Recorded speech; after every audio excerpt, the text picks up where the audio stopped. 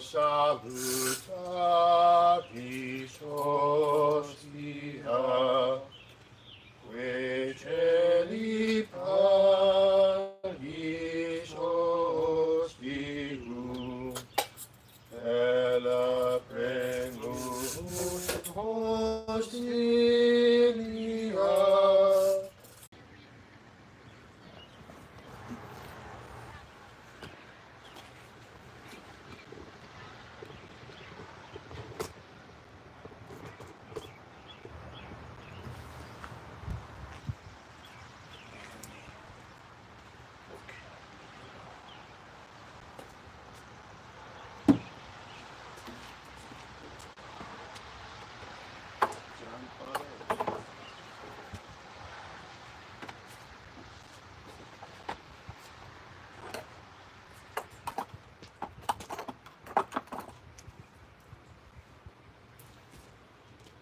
The Lord be with you. A reading from the Holy Gospel according to Luke. Glory to you, O Lord. That very day, the first day of the week, 2 of Jesus' disciples were going to a village 7 miles from Jerusalem called Emmaus. And they were conversing about all the things that had occurred. And it happened that while they were conversing and debating, Jesus himself drew near and walked with them.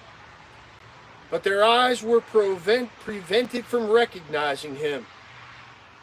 He asked them, "What are you discussing as you walk along?" They stopped, looking downcast. One of them, named Cleopas, said to him in reply, "Are you the only visitor to Jerusalem who does not know of the things that have taken place there in these days?" And he said to them, "What sort of things?" They said to him, "The things that happened to Jesus the Nazarene, who was a prophet, mighty in deed and word, before God and all the people, how our chief priests and rulers both handed him over to a sentence of death and crucified him. But we were hoping that he would be the one to redeem Israel. And besides all this, it is now the 3rd day since this took place. Some women from our group, however, have astounded us. They were at the tomb early in the morning and did not find his body. They came back and reported that they had indeed seen a vision of angels who announced that he was alive. Then some of those with us went to the tomb and found things just as the women had described, but him they did not see." And he said to them, "Oh, how foolish you are! How slow of heart to believe all that the prophets spoke. Was it not necessary that the Christ should suffer these things and enter into his glory?" Then, beginning with Moses and all the prophets, he interpreted to them what referred to him in all the scriptures. As they approached the village to which they were going, he gave the impression that he was going on farther, but they urged him, "Stay with us, for it is nearly evening, and the day is almost over." So he went in to stay with them. And it happened that while he was with them at table, he took bread, said the blessing, broke it, and gave it to them. With that, their eyes were opened, and they recognized him, but he vanished from their sight. Then they said to each other, "Were not our hearts burning within us while he spoke to us on the way and opened the scriptures to us?" So they set out at once and returned to Jerusalem, where they found gathered together the 11 and those with them who were saying, "The Lord has truly been raised and has appeared to Simon." Then the 2 recounted what had taken place on the way and how he was made known to them in the breaking of the bread. The Gospel of the Lord. Praise to you, Lord Jesus Christ.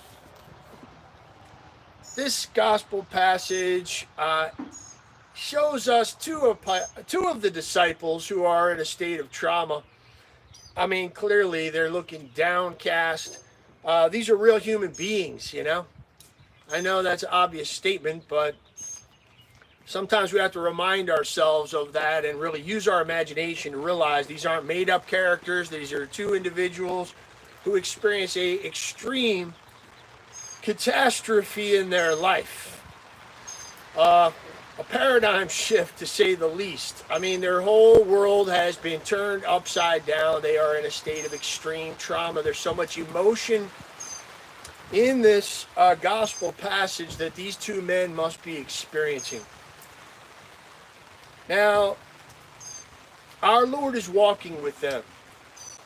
And that is a powerful theme that I want to dwell upon, because they're walking away from Jerusalem. They're wandering away. And as we do, we wander. We wander into sin sometimes. We wander into folly, futility, foolishness.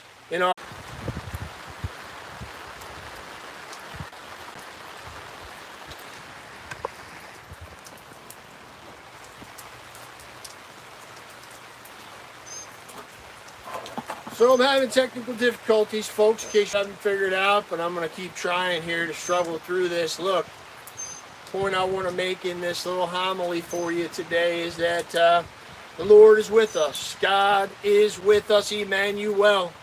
And he told us, I will be with you always until the end of time. So he's with all of us. It's nice to do these live streams and have the Blessed Sacrament here for you, and to come into the church parking lot and experience our Lord's presence. It's powerful for people, I know. But we have to find the Lord's presence. He is with us in this time. He is with us in our homes. He is with you at work. Wherever you are, in your cars, our Lord is with us. And perhaps he's inviting us in this